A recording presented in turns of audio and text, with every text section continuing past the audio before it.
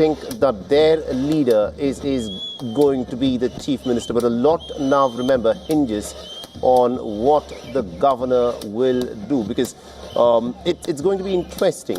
What is the extent of support? The Vijay, who's got the single largest party in the Tamil Nadu legislature, how many signatures has he got from these smaller allies pledging their support? Because the governor had made it clear that he will not swear in a minority government and would ask it to come and prove its support later. He wanted Vijay to have 118 MLAs supporting him before he could be sworn in as the chief minister. This is the third time that actor Vijay is, of course, meeting with the governor. These are the scenes of Vijay there going into the governor's residence.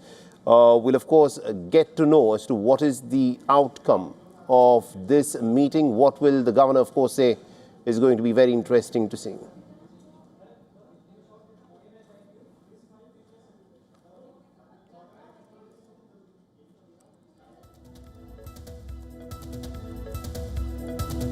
All right, now these are the latest scenes that are emerging at this moment.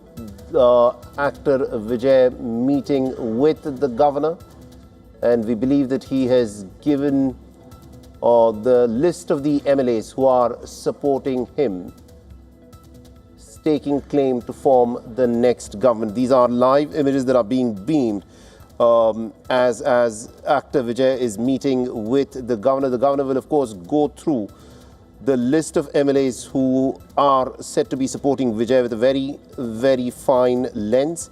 And this is the image that's being put out of actor Vijay meeting with Tamil Nadu's Governor Rajendra Arlekar at the Lok Bhavan in Chennai. And my colleague Siddharth MP is still with us from Chennai. Siddharth, we are seeing these images.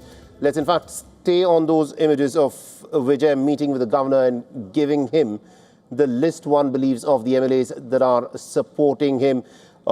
It does appear that Vijay has the numbers and possibly the signatures of the MLAs who are backing him. Siddharth, what are we to read into this?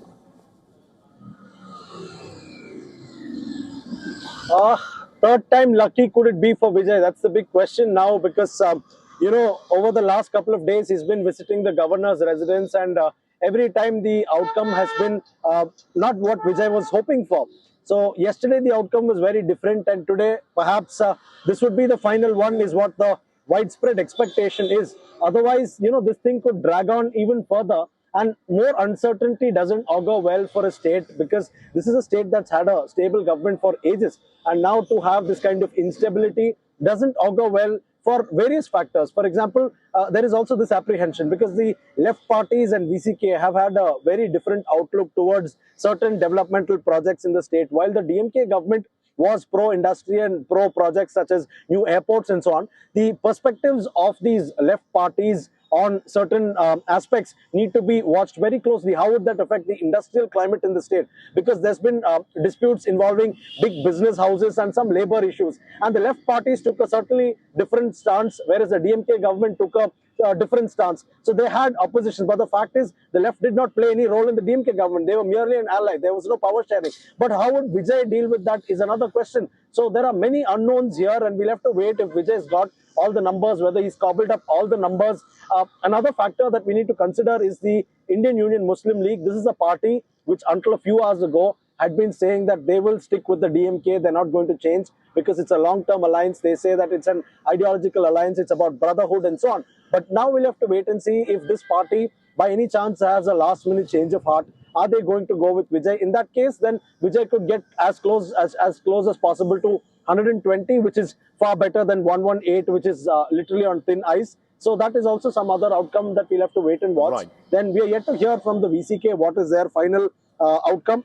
And yeah, Saleh, so Siddharth, a couple of things are uncertain at this point. The image we have on our screens, the image we have on our screens is of the TVK chief Vijay meeting with the governor, felicitating him with a shawl and also giving him a sheaf of papers, one assumes, of the list of MLAs who are backing him. Vijay, it appears, believes that he has the backing of the MLAs that he needs to form the government. The governor, everything now hinges on how the governor, of course, decides to act. He will go through with a very fine comb the list of MLAs that have been presented. If it crosses 118, as the governor had said, he will then invite Vijay to be sworn in as the chief minister and then ask him to prove majority on the floor of the House. Without a majority, the governor had made it clear that he was not going to invite a minority government to be sworn in and then subsequently try and cobble up the numbers. These images, Vijay looks very confident. He believes that he has the numbers, and everything hinges on the man who's being felicitated with a shawl at the moment.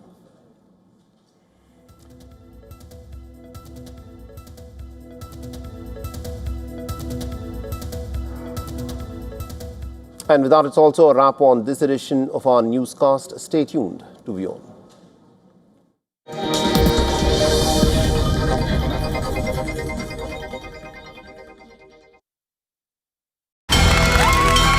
From the bustling trading floors of Wall Street to the vibrant exchanges of Asian stock markets, WION breaks it down for you to make sense of what's happening, as we reveal the key factors behind events, strategic battles, and the game-changing business decisions that shape the world. We bring you all of this and more on World Business Watch.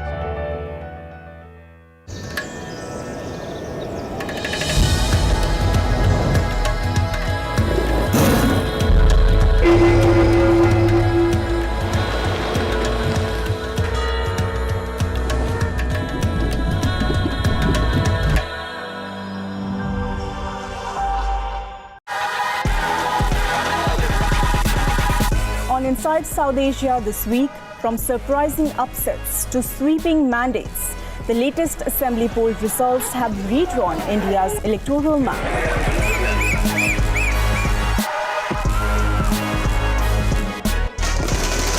As the oil supply disruption continues worldwide, the use of EVs surges in Nepal, a rapid shift from oil to electric vehicles. Habitat loss, poaching, and climate change. Bangladesh's tiger conservation efforts in the Sundarbans take a hit. All of this and much more with Neet Kripa on Inside South Asia. The SDs were good motorcycles, made great because they had no peers. Nostalgia is a dangerous game. Can the Roadster live up to its hallowed name? Check out the new Triber, Renault's new suave people carrier. And come ride with us from YesD's home in Mysore to the coffee country in Coorg. Coming up this week on WION Drive at these times.